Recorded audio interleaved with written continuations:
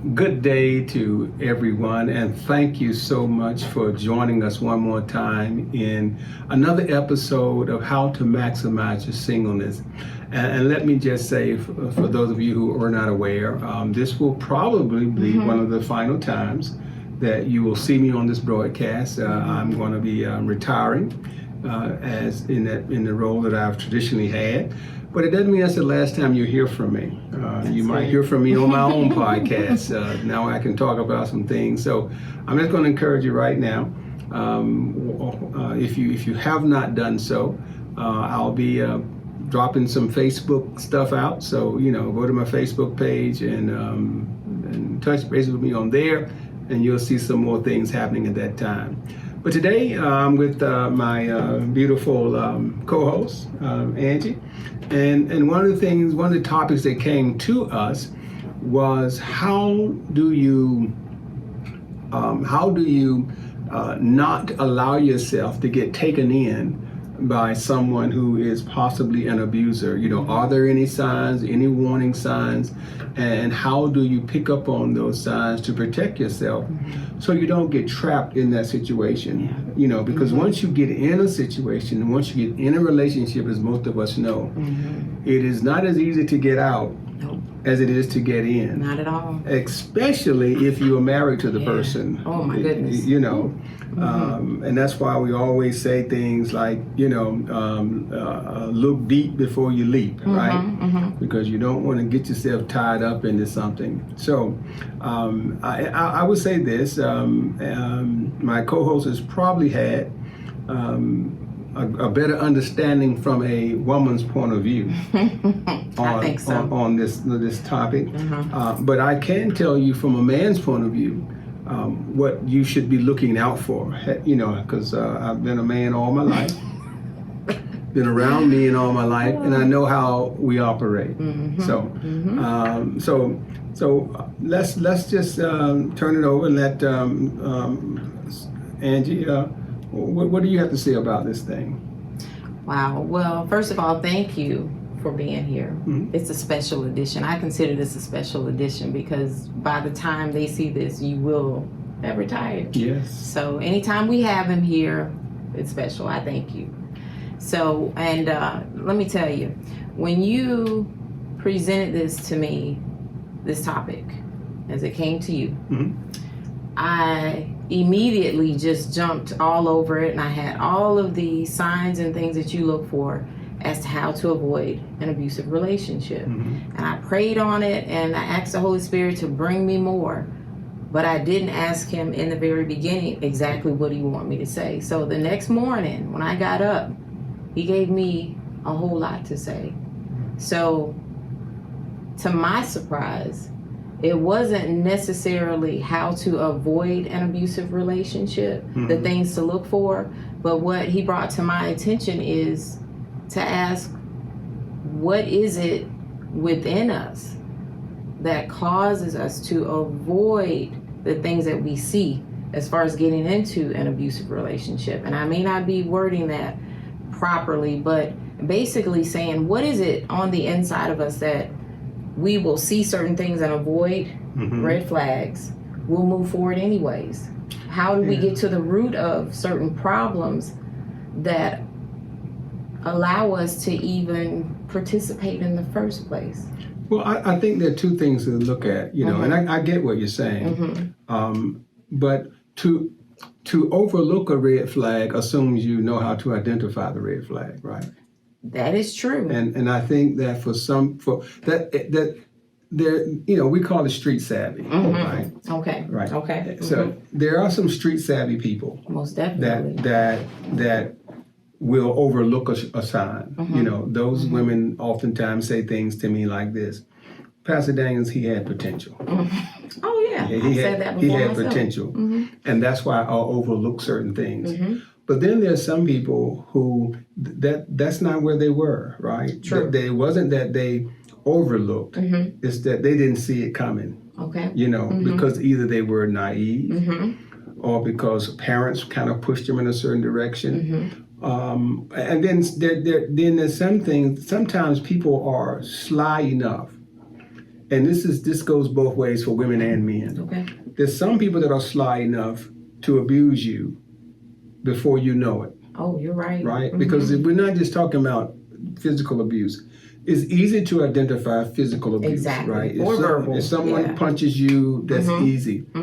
But you can manipulate a person, right? And get them in a situation where you're taking advantage of them without them knowing it. And then the escalation to verbal abuse is so slow or so methodical that you will be mesmerized and you will have yourself thinking that you are responsible for the abuse. Oh, most definitely. Right? And that's what I'm saying. See, in those cases, you probably won't even know the red flags, you know, because the person can make you feel like you are beholding to them.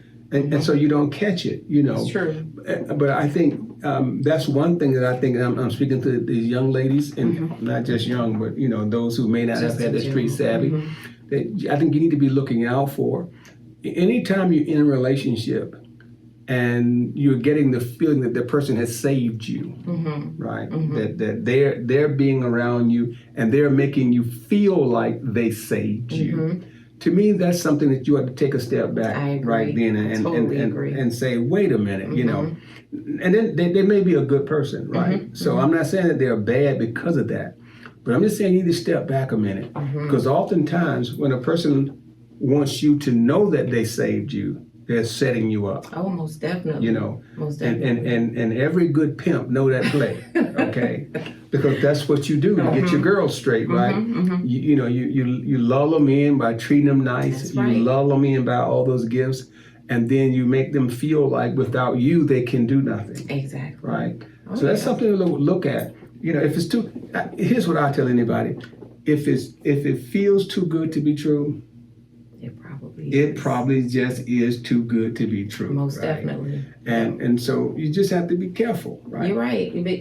No one is perfect, period. Like he said, no one. So, and I will say I have been in that situation, and that was something that a note that I had sent to myself on my cell phone. Be careful and watch out for manipulation, because people do have ways of manipulating you into getting what they want, and then by the time you're so far immersed into the relationship, you're far gone. It's a lot harder to get out than it was to get in. So, and that's why it's important to slow down for all women, all of us, and men, when we start the friendship process. Once again, I think we go into things so quickly, not necessarily in the way that we should.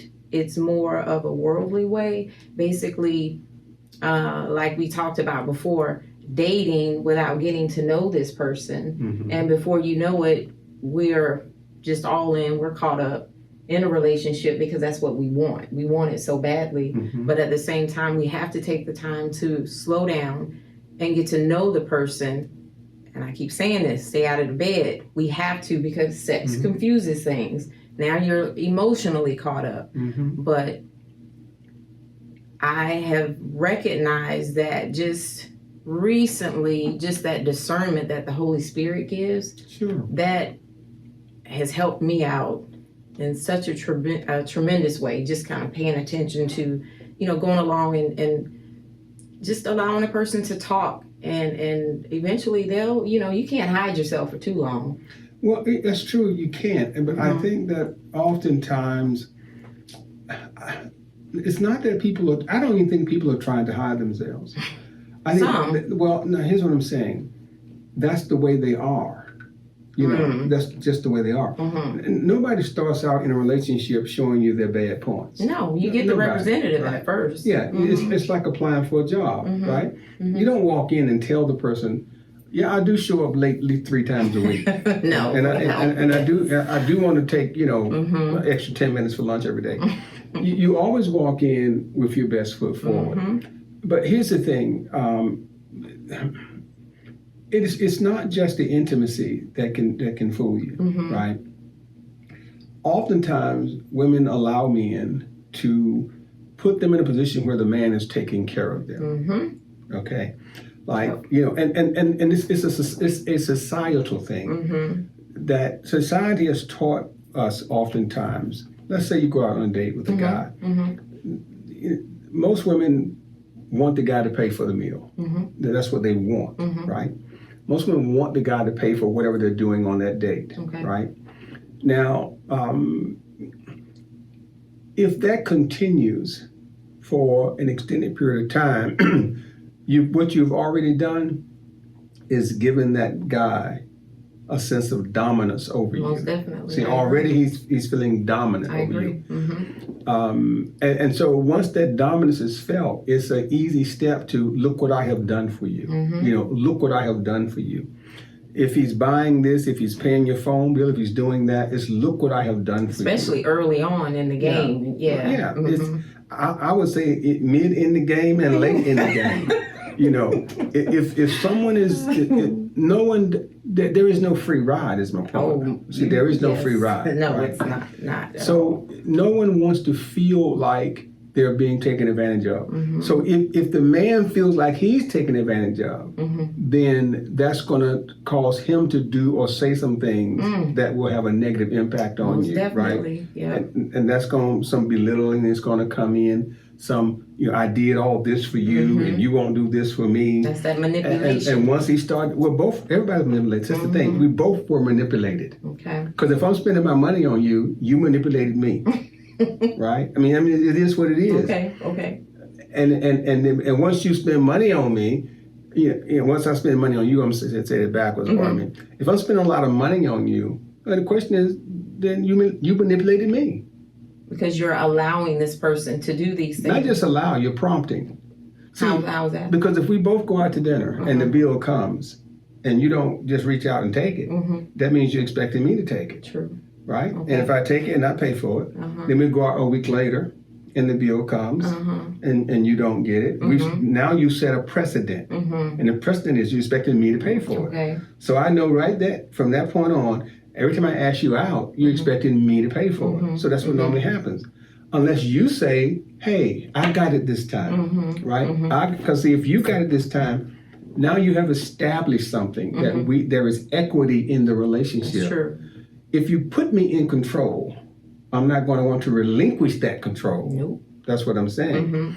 So, you know, all I'm saying is that, you know, if sometimes you can set yourself up for it, but then sometimes you can tell because the man just starts out that way. He does. He takes control of the situation. I got this. And if you say, well, no, I'll pay this time. No, I got it. Especially if he says it in that manner. No, I got this.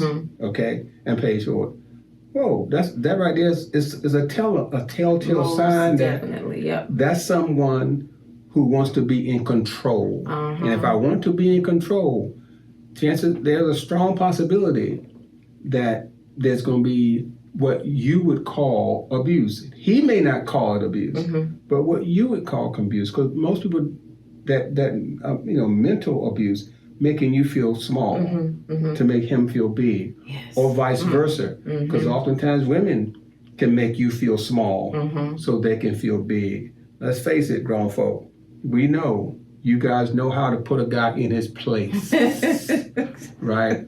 You all know how to make him feel small so you can feel big. And that's abusive too. It is. Now, sometimes what happens is when you abuse him that way, he comes back and abuses you. Oh yeah, then you got this back and forth type thing, but that's not the type of relationship I don't think anyone wants to be in if you have to go back and forth with one another, you know, in that way. So, and I will say, you know, what you just spoke on, a lot of times a person, in my experience, I shall say, I've dealt with someone. Typically, they can, you know, come off as very respectful in the beginning, very quiet, and just, you know, as if they're just there for you, whatever you need, they're there for you. Sure. And then eventually it does come out. It does come a point when something happens that doesn't necessarily go in their way, in their favor, and you will see the, you know, the signs. Then the abuse, it gets started. But typically it does not start until they feel like they have reeled you in. So that's yeah. why we have to pay attention to these signs. Just little things. If you're out driving with someone and something as simple as road rage. I mean, we can all get a little upset here and there, but someone that is, when you're driving and they're all up on the back of the back of the car, trying to get them to move along and cursing and just impatient. Those are things that we have to be mindful of. You have absolutely clued in on what people ought to look for, whether you're a woman or a man in a relationship, because the central thing about abuse, either way, whether it's physical abuse, emotional abuse, mental abuse, is the inability to control anger, right? And so you're right, road rage is a classic example that if you're with someone and if they can't control their anger in the car with someone who they don't know, they're not going to control their anger with you, whom they do know. If they exhibit those signs of anger with anyone, if it seems like their anger is over the top with their own family members, with their sibling, or with their child if they happen to have children, anytime you see a person who appears to be over the top or not able to control anger, you can take that one to the bank. That's going to result in some kind of abuse, oftentimes physical abuse. And similarly, if the person has what I would call a sharp tone, a sharp tone, then you can kind of take to the bank that there's going to be some mental abuse. Oh, definitely. Whether it be the man or the woman. So that's what I tell anyone. You look for that. And when I say sharp tongue, let me tell you, if a person, and I'm not saying that profanity means you're going to bust hell wide open. I'm not saying that, but I will tell you this: if a person's communication makes it evident that a part of their vocabulary when they're trying to stress a point is profanity, what you can bank on is this: that same profanity will come back at you. It does. It's going to come back at you. Most definitely. So that to me is another thing that to be considerate of. See, oftentimes when we're dating, let's say you're at a sporting event with someone, right? And all of a sudden a play doesn't come out right, and they start yelling, cursing, at the umpire or something like that. Our thought might be, to even laugh at them. Isn't that funny? But if they'll curse at that umpire, they're gonna curse at you too. Oh yeah. Most definitely. So that same thing, is a process that happens. And I think sometimes we kind of, we see it in the first place. If you're cursing at the player who did something silly, we'll laugh about it. But then when we do something silly and they curse us out, we forgot that, they've been cursing all along. They ain't just start cursing today. They've been using profanity all this time. And again, not to say that everyone who uses profanity is bad, but I'm saying if you know that you don't like someone calling you the B word, if you know you don't like someone using profanity at you, if they use profanity a lot, when they get upset, it's going to come out. Oh, it most definitely will. And speaking of profanity and communication, I would like to also add, in my experience, someone that maybe in the dating process, they don't do a lot of talking. They're just kind of chill. And that doesn't mean that's not in your personality to be laid back. But when you never have a good story to tell, or your communication skills are they're lacking, so to speak. And you're thinking, oh, they're just really quiet. There's a reason for that. Pay attention to that. And it's not necessarily because they're really quiet. Sometimes when people cannot communicate along those lines in a healthy way, I should say, then when they do get angry, you're gonna hear some of some of that profanity. You're gonna hear it because sometimes that's the only way they can communicate. When things are bothering them, it comes up in that way. Well, let me say this. Again, this is my belief. A person that will use profanity when they're angry will use profanity even if they are quiet. Yeah. But I mean, it's bad. I mean, it's on a different level. No, but that's my point, though. See, that's what I'm saying. My point is, and I'm not disagreeing with you, but I'm saying my point is, it doesn't matter whether they are quiet or whether they are boisterous. Because if you're boisterous and you use profanity, when you get mad, you're going to use profanity. That is true. Right? If you're quiet, if you use profanity, when you get mad, you're going to use profanity. I think what happens is it just has more of a shock value. It does. When the person is quiet, because you don't expect it. Exactly. You expect it from the boisterous person, but you don't from the quiet person. So that's why my point is, I wouldn't just rely on being quiet. I got you. I would say if a person uses profanity a lot as a part of their conversation, then you can expect when they get angry, it's going to come. Yeah. It's easy to identify, I think, with physical abuse because that's simple. You slap me, you hit me. But I'll tell you something else you can bank on. The apple rarely falls far from a tree. Oh my goodness. Ooh. Right? It rarely falls far from a tree.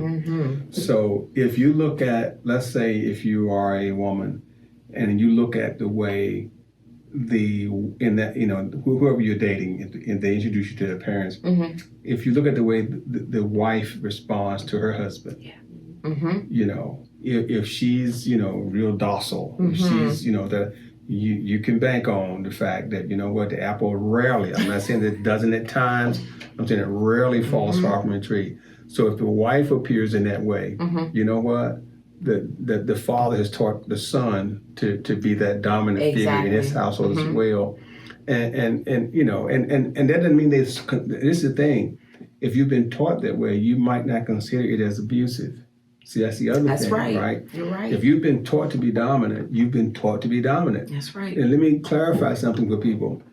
When I say dominant, you can still, can be head of the household, right? I'm not talking about not being head of the household. Okay. You still can be head of the household. You have to be head of the household. That's if you're a man. Okay. But being head of the household doesn't mean you are a controlling individual. Exactly. So there's a difference between being controlling and being the head. And some people confuse those two. They think that because you're the head, that you have to be a controlling person.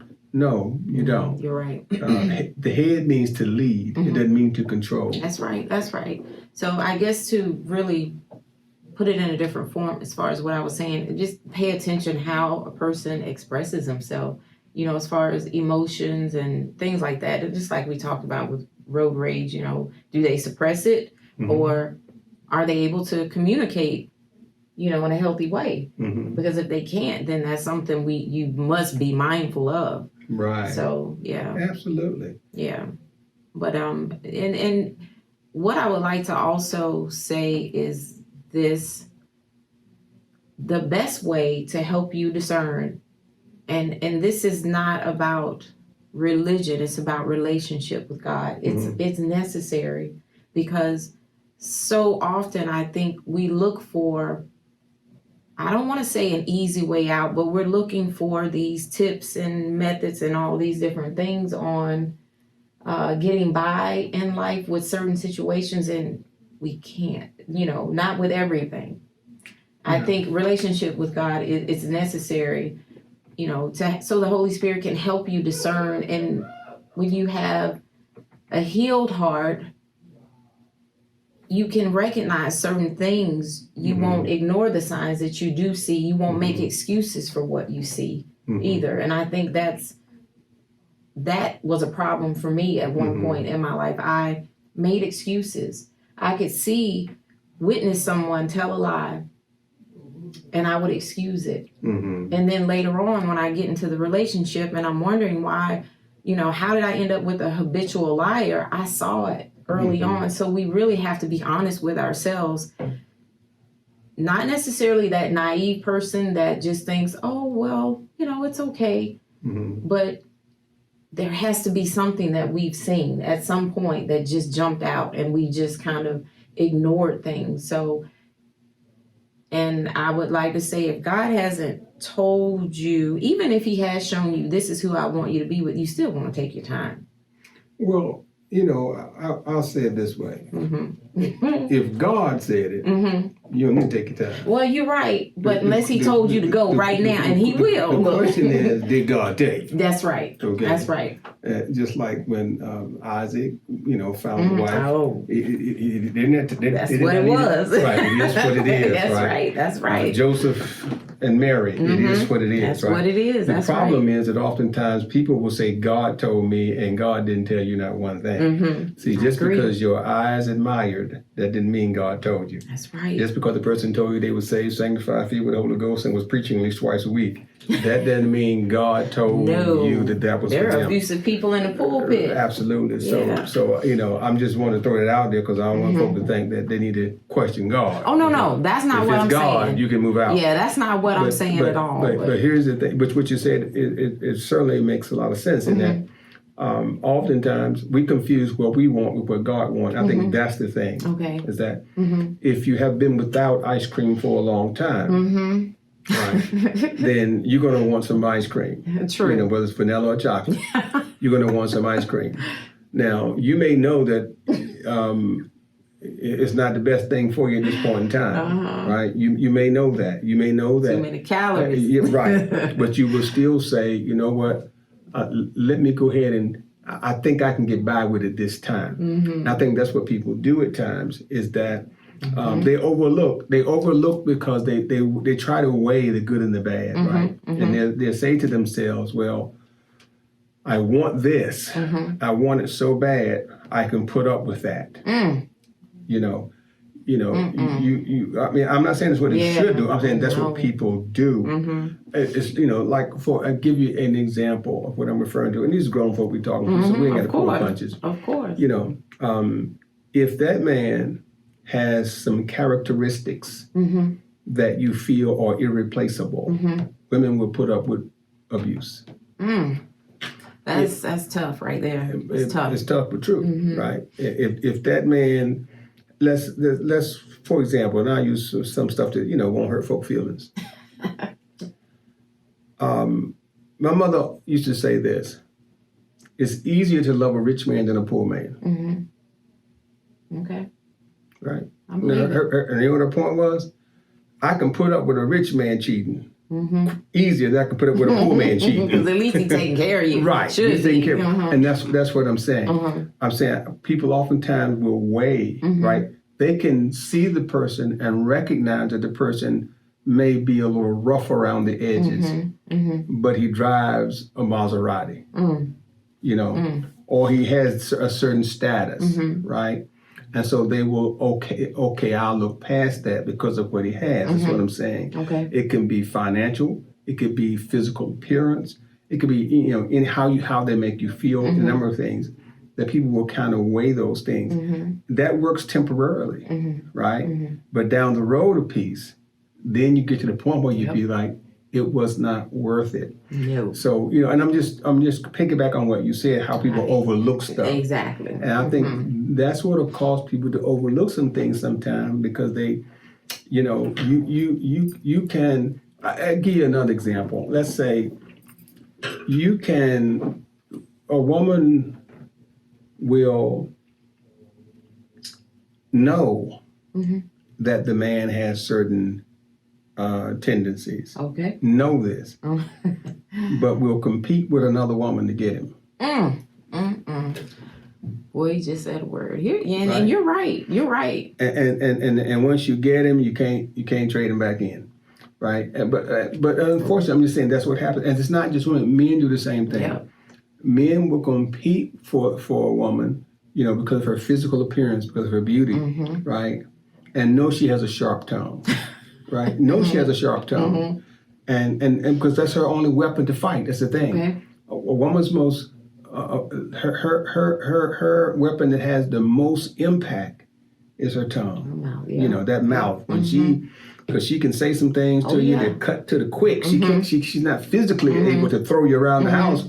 So she's going to talk to you in a way that's going to make you feel, this big, right? Yep, that's right. And so, but and you will know that about her because you'll listen to her talking, but you'll look at her and say, you know what, I think I can treat her well enough so she won't do this. forgetting that the man she had was treating her well. That was just her personality. Yeah, and that works both ways. Women may be the same way with men, thinking they can love them enough to not behave in a certain way, and it's not possible. It's not possible. You can never do that. You can't do it. God can, but we can't do it. Exactly. And so I think that's why I'm saying to all of those who are listening and watching in is that you have to be, and I agree with what you're saying, you have to be planted enough. You have to be stable enough to say, hey, listen, if the person is verbose, if the person uses a lot of cutting words, uses a lot of profanity, the person has anger issues with other people, I should not assume that those same anger issues won't come toward me. Definitely. There's a movie I watched one time, I don't remember the name of it right now, but the girl was out on a date with the guy, and some guys bumped up against her, right? And the guy was like, hey, you bumped up against my woman, man, and was ready to fight the guys. Her mind was like, wow. Protection. Yeah, this guy, he's, wow. That's what we think. That's right, wow. But later on in the movie, what she found out was this joker had anger issues, right? That's another sign right there. Look, right, but that quick temper. Right, but for some women, they look upon that and that makes them feel good. It does. Oh, this man, he looked out for me. Rather than thinking, wait a minute, we grown. We 35, we 40, we 50 years old. We need to be out here fighting if like you're that. ready to fight just because somebody bumped up against me, then granted, I may want you to cover me, but cover me in a way that matches your age. Exactly. 50-year-old me ain't got no business rolling across the ground fighting because somebody stepped on somebody's shoes. Not at all. Or because somebody accidentally spilled a drink on your lap. Exactly. Exactly. And so when people overreact based on their age and their, but to me that's a clear sign. If you're out on a date with someone and they happen to spill a drink and that person jumps up ready to fight, well, it may at the time you may think, wow, that's my knight in shining armor. But if he's that quick to fight somebody else, he'll be that quick to fight you too. You're right. Or even something as simple that you may do when you're together. Maybe it was an accident, something happened, you broke something or whatever the case may be. And pay attention to how they react with you at that time. Are they, can you see that anger in their face, but yet they're trying their best to hold back, or maybe they do, let loose a little bit, and then later on they apologize. Oh, I didn't mean to, I was just upset about this or that. They give you an excuse. That's a perfect segue because what you said is just so on point.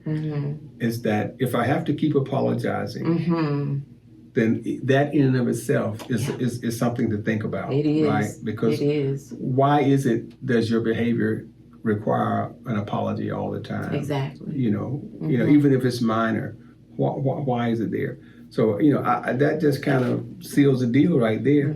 I think we're probably about at that point in time. Yes. They go so fast. Yeah. Any last words for the good folk out there before we close down? Well, what I will say is God has already created a plan for your life. He's already written a script. So I think if we just follow him and surrender to the guidance of the Holy Spirit, which is what I always say, then he's not going to lead us wrong. So follow your script. That's right. That's what I have to say. So in other words, if I understand you correctly, you're saying God has created somebody for everybody. Most definitely. So don't get in front of the Lord. Let the Lord always stay in front of you. Amen. See how he tied that up? Listen, thank you guys so much for tuning in to maximizing your singleness. It's been a joy for me personally to be a part of this ministry, and you keep right on tuning in. I know that my co-host Andy is going to have some great guests on as the weeks progress. Yes. So you tune in, you text her, you email her, Please. comment and let her know what topics you want to hear. May God bless you, and may heaven continue to smile upon you. And I know you're going to have a blessed day in the Lord. Enjoy your 4th of July holiday weekend and be safe. Amen.